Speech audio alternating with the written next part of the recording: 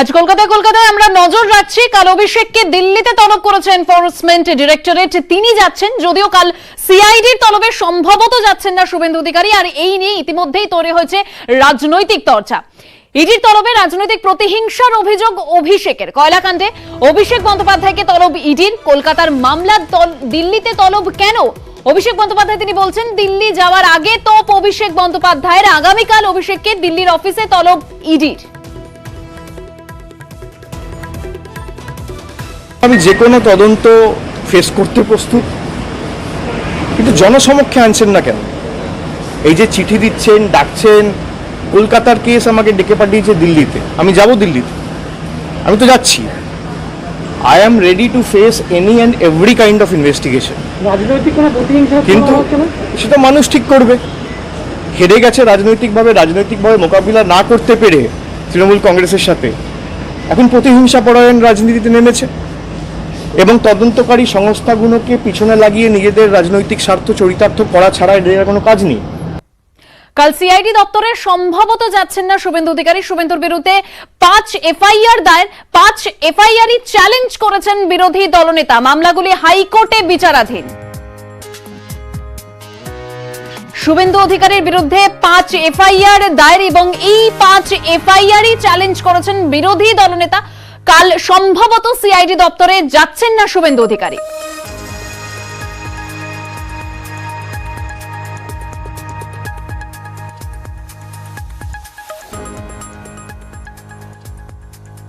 আমাকে প্রতিদিন ভয় দেখানো হচ্ছে, আমি ভয় পাওয়ার লোক নই, কাউকেই ভয় পাই না, কাঁথিতে চ্যালেঞ্জ করেছেন শুভেন্দু অধিকারী। অন্যদিকে অভিষেক বন্দ্যোপাধ্যায় তিনি বলছেন, যাদের টিভিতে টাকা নিতে দেখা গেল সিবিআই এর চার্জশিটে, তাদের নাম নেই কেন? প্রশ্ন অভিষেকের। ভয় পাবেন, মাথা নিচু করবেন না। আমাকে ডেলি ভয় দেখায়, প্রত্যেকদিন ভয় দেখায়। ভয় পারলেও আমি নই। কি করবেন? কোনো কিছু কান নেই, আমি অকৃতদা, কোনো কিছু কান নেই। আমার বাবা মা যদি সুস্থ থাকে সেই নজরটা আমাকে রাখতে হয়, বাকি কোনো কিছু কান নেই, কিছু করতে পারবেন না। যাদেরকে হাত পেতে হাত বাড়িয়ে টিভির পর্দায় টাকা নিতে দেখা গেল, নির্দ্বিধায় নির্লজ্জভাবে, ইডির তখন কি চোখে ছানি পড়ে যায় না সিবিআইয়ের চোখে ছানি পড়ে যায়? চার্জশিটে তাদের নাম থাকে না, জনসমক্ষে পাবলিক ডোমেনে রয়েছে। টিভির পর্দায় যাদেরকে কাগজ মুড়ি দিয়ে, টাওয়াল মুড়ি দিয়ে কত কিছু দেখা গেছে, 5 লাখ নিচ্ছে, 6 লাখ নিচ্ছে। সুদীপ্ত সেন যাদের বিরুদ্ধে লিখিত অভিযোগ জানাচ্ছে, একজন এখানে বিজেপির বিরোধী দলনেতা, আর একজন হিমন্ত বিশ্ব শর্মা আসামের মুখ্যমন্ত্রী। এই তো বিজেপির দ্বিচারিতা, এ মানুষ দেখছে। কিন্তু তৃণমূলকে এভাবে দমিয়ে রাখা যাবে না। আপনাদের যত ক্ষমতা আছে আপনারা প্রয়োগ করুন, 1 ইঞ্চি মাথা নত তৃণমূল কংগ্রেস করবে না। আমি আপনাদের কথা দিয়ে যেতে পারি, আমরা আর যাই হোক সিদ্ধারা বিক্রি করব না। বিজেপি সৌজন্যের রাজনীতিতে বিশ্বাস করে, প্রতিহিংসার রাজনীতিতে বিশ্বাস করে না, পাল্টা মন্তব্য করেছেন শ্রমিক ভট্টাচার্য।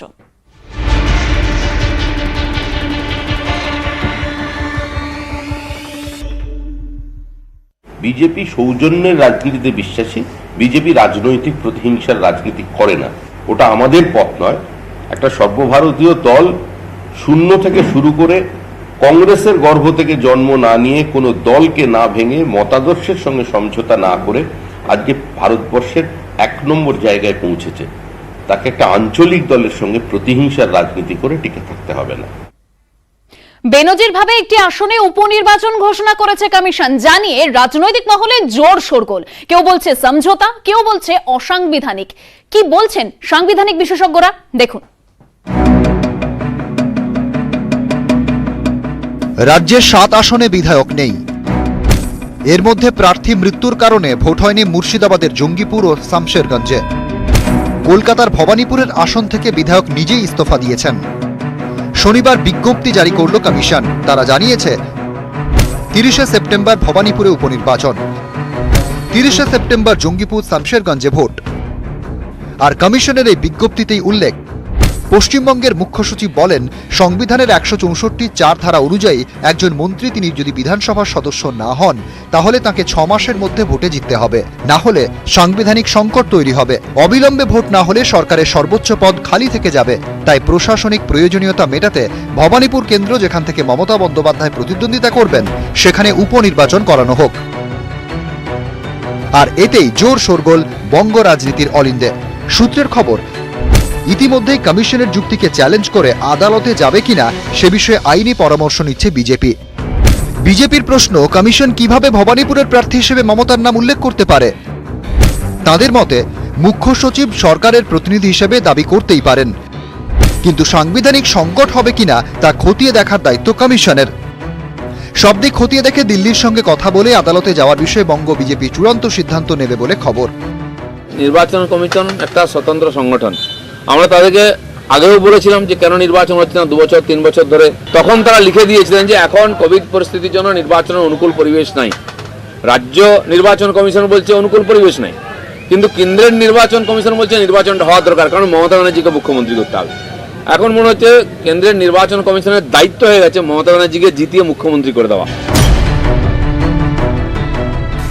বিজেপি আসবে, আপকি বার यहाँ पर বিজেপি সরকার অনেক কিছু হয়েছে, সেটা না, মমতা ব্যানার্জি আছেন এবং বাংলা এগিয়ে যাচ্ছে। যদিও বিশেষজ্ঞরা বলছেন, সংবিধান অনুযায়ী কোনো একজন মুখ্যমন্ত্রী বা পদাধিকারীকে 6 মাসের মধ্যে নির্বাচনে জিতে আসতে হবে, তাহলে তিনি সেই পদে থাকতে পারবেন। অর্থাৎ সংবিধান মেনেই উপনির্বাচন ঘোষণা করেছে কমিশন। নিউজ 18 বাংলা। ভবানীপুর নিজের মেয়েকে চায়, উপনির্বাচনের দিন ঘোষণা হতেই স্লোগান তৃণমূলের। ভবানীপুরের দেওয়ালে হোর্ডিংয়ে নিজের মেয়ের কথা।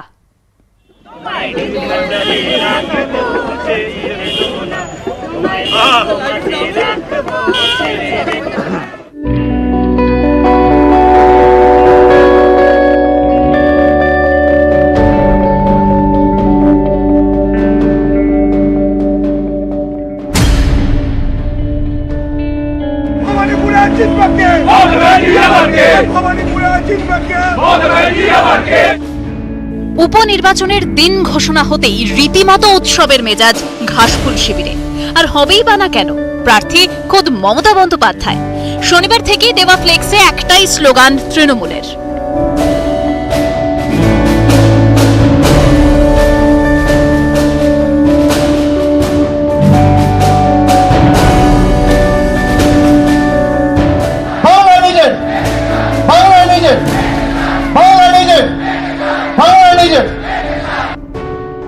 বিধানসভা ভোটের ফলে নিজের মেয়ের উপরেই আস্থা রেখেছে বাংলা। এবার লড়াই ভবানীপুরে। ঘরের মেয়ে মমতা বন্দ্যোপাধ্যায়ের হয়ে লড়াইয়ের ময়দানে নেমে পড়েন তৃণমূল কর্মীরা। ভবানীপুরের মেয়েকে আমরা চাই, ছিল, আছে, থাকবে। তো যেরকম মা দুর্গার আগমন হচ্ছে, সেরকম মা মমতা ব্যানার্জি এখানে ছিলেন এবং ওনার আগমন আবার হবে। ভবানীপুর নিজের মেয়েকেই চায়, আমিও চাই এখানে মমতা ব্যানার্জি জিতুক, কারণ দিদিকে সবাই খুব ভালোবাসে, আমিও খুব ভালোবাসি।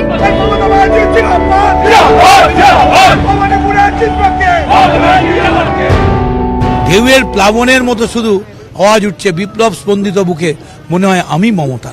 যাকেই জিজ্ঞেস করছি সে বলছে আমি মমতা।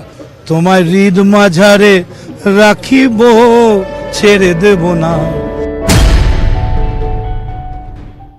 সব জায়গায় মানুষ নিজের সম্মান চায়, ভিক্ষা নয় কর্মসংস্থান চায়, অনুদান নয় চাকরি চায়। এটাই বাংলার বক্তব্য। ভোটের আগে ভোট পুজোকে কেন্দ্র করে সরগরম রাজ্য রাজনীতি। ভবানীপুর নিজের মেয়েকেই চায়, এই স্লোগানে এখন প্রচারে ঝড় তুলেছে শাসক দল। ক্যামেরায় কুণাল চৌধুরীর সঙ্গে ভেঙ্কটেশ্বর লাহিড়ী, নিউজ 18 বাংলা, কলকাতা। ভবানীপুরে মমতার সমর্থনে মদন মিত্রের দেওয়াল লিখন দেখতে পেয়ে গাড়ি থামান মমতা বন্দ্যোপাধ্যায়। দলীয় কর্মীদের গরমে সাবধানে থাকতে বলেন তৃণমূল নেত্রী। আসলে মমতা বন্দ্যোপাধ্যায় এই জন্যই মমতা বন্দ্যোপাধ্যায়। এখানে যদি বিজেপি বা সিপিএম অন্য কোনো চিফ মিনিস্টার হতো, তারা হয়তো এখানে উগ্রপন্থী বা তালিবান বলে পুলিশকে বলতো লাঠিচার্জ করে। সেখানে মমতা বললেন এত গরমে এত খাটিস না, একটু শান্ত হ, একটু বিশ্রাম নে, সবাই ভালো থাকিস। আর আমাদের যে ব্লক প্রেসিডেন্ট তাকে বললেন তোকে কিন্তু প্রপোজার হতে হবে, হাসলেন, সবাইকে খবর নিলেন। এটা মমতা ব্যানার্জি আজকে নয়, যখনই উনি ভবানীপুর দিয়ে যান, যদি কিছু সাধারণ মানুষও দাঁড়িয়ে থাকে উনি গাড়ি থামিয়ে দেন। কারণ বাংলার মমতা, ভারতের মমতা, তার আগে তো ভবানীপুরের মমতা। আর এটা আজকে আবার প্রমাণ হলো যে এই যে আমাদের দেওয়াল লিখন, এই দেওয়াল লিখন বলছে মমতার সঙ্গে দেখা হয়ে যাওয়াটায় দুগ্গা দুগ্গা করে লক্ষ্মী আসছে ঘরে, এটা বুঝলাম। প্রার্থীকে খোদ মমতা বন্দ্যোপাধ্যায়, তার বিরুদ্ধে ভবানীপুরে বিজেপির হয়ে ভোটে লড়বেন কে? মমতা বন্দ্যোপাধ্যায়ের বিরুদ্ধে ওজনদার প্রার্থীর সন্ধানে পদ্ম শিবিরের নেতারা।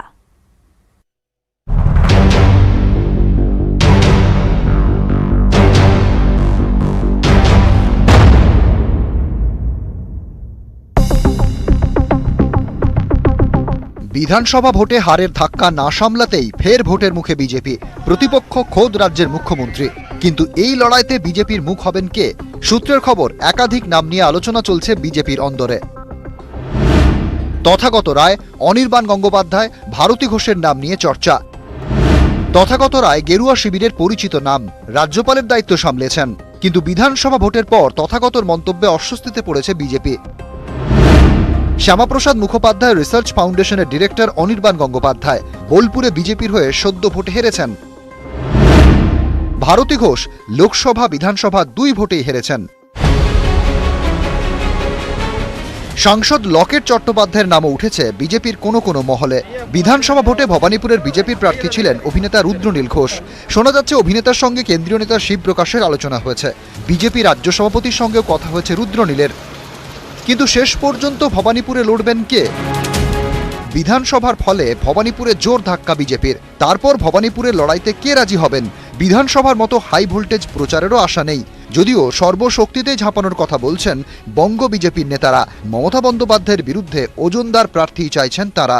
বিধানসভায় যারা আমাদের বিরুদ্ধে অবস্ট্রাকশন করে নিজের নাক কেটে যাত্রা ভঙ্গ করতে গেছিল, তাদেরকে আমরা আউট করেছি। সেটা নির্বাচন হবে, বিজেপি লড়াই লড়বে, যথাসময়ে আমরা আমাদের সমস্ত কিছু ঘোষণা করব। প্রার্থীর নাম চূড়ান্ত করতে বৈঠকে বসছে রাজ্য বিজেপি। তবে শেষ পর্যন্ত কার নামে শিলমোহর দেবেন বিজেপির কেন্দ্রীয় নেতারা? অরূপ দত্ত, নিউজ 18 বাংলা। এবার শিক্ষক দিবসে অভিনব সংবর্ধনা, বিক্ষোভকারী শিক্ষিকাদের সংবর্ধনা দিল পুলিশ। অভিষেক বন্দ্যোপাধ্যায়ের বাড়িতে যান শিক্ষিকারা। বিষ খেয়ে আত্মহত্যার চেষ্টা করেছিলেন এই শিক্ষিকারাই। শিক্ষিকাদের কালীঘাট থানায় এনে সংবর্ধনা দিলেন পুলিশ।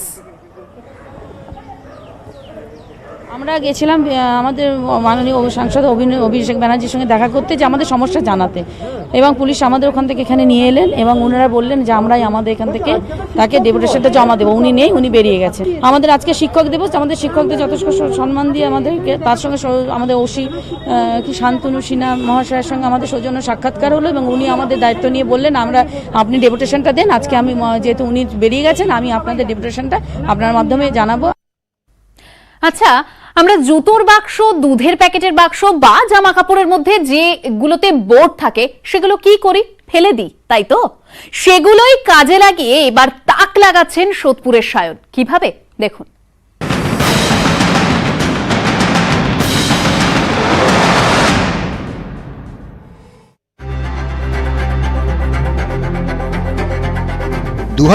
সালে প্রথম বাবার সঙ্গে ইডেন যাওয়া। সেই থেকেই পরিকল্পনা ছিল নিজের হাতে ইডেন বানাবে। পরিকল্পনাকে বাস্তবের রূপ দিতে ফেলে দেওয়া জিনিস দিয়ে ইডেন গার্ডেন্স বানিয়ে তাক লাগিয়ে দিলেন সোদপুরের সায়ন বসাক। শুধু ইডেনেই থেমে থাকেননি, বানিয়েছেন লর্ডস, মোতেরা স্টেডিয়াম, টাইটানিক থেকে ট্রেন। তো বাড়িতে এসে চেষ্টা করলাম, প্রথম দিকটা ফেল হয়েছিলাম। 2018-তে আমি তখন ফোন চলে এসছে, নেট থেকে ছবি বের করে অনেক রকমভাবে বিভিন্ন অ্যাঙ্গেল থেকে ছবিগুলো দেখে আমি দেখলাম যে কীরকমভাবে স্ট্রাকচারটা রয়েছে। তারপরে ইডেন গার্ডেন্সটা আমি পুরো বানালাম। কিভাবে বানাচ্ছেন এসব? ডিমের খোলা, খবরের কাগজ, জুতোর বাক্স, হরলিক্স বা কমপ্লেনের বাক্স, এসব ফেলে দেওয়া জিনিস দিয়েই ফুটে উঠছে শিল্প। পাশে রয়েছে বাবা মাও। ভবিষ্যতে শিল্পী হতে চান সায়ন, ইচ্ছে রয়েছে তাজমহল বানানোর। আসছে বছর প্ল্যান যে এইচএস এর পর পৃথিবীর 7টা আশ্চর্য বানাবো। আর ব্রিজও বানিয়েছি, Howrah bridge, second Hooghly bridge. YouTube চ্যানেলে নিজের কাজ তুলে ধরতেই অর্ডার আসছে বিভিন্ন জায়গা থেকে। সায়নের ইচ্ছে এই ইডেন যে স্টেডিয়ামটি সে তৈরি করেছে সেটা ইডেনেই শোভা পাক, সুসজ্জিত থাকুক। যদি সিএবি কর্তারা এটি তার কাছ থেকে নিয়ে যান তাহলে সবচেয়ে বেশি খুশি হবে সায়নের সেই স্বপ্ন পূরণ হবে কিনা সেটা সময়ে বলবে। তবে সায়নের এই অনবদ্য কাজগুলো প্রশংসা পাচ্ছি ইতিমধ্যেই। ক্যামেরায় সুব্রত জানার সাথে ইরন রায় বর্মন, নিউজ 18 বাংলা।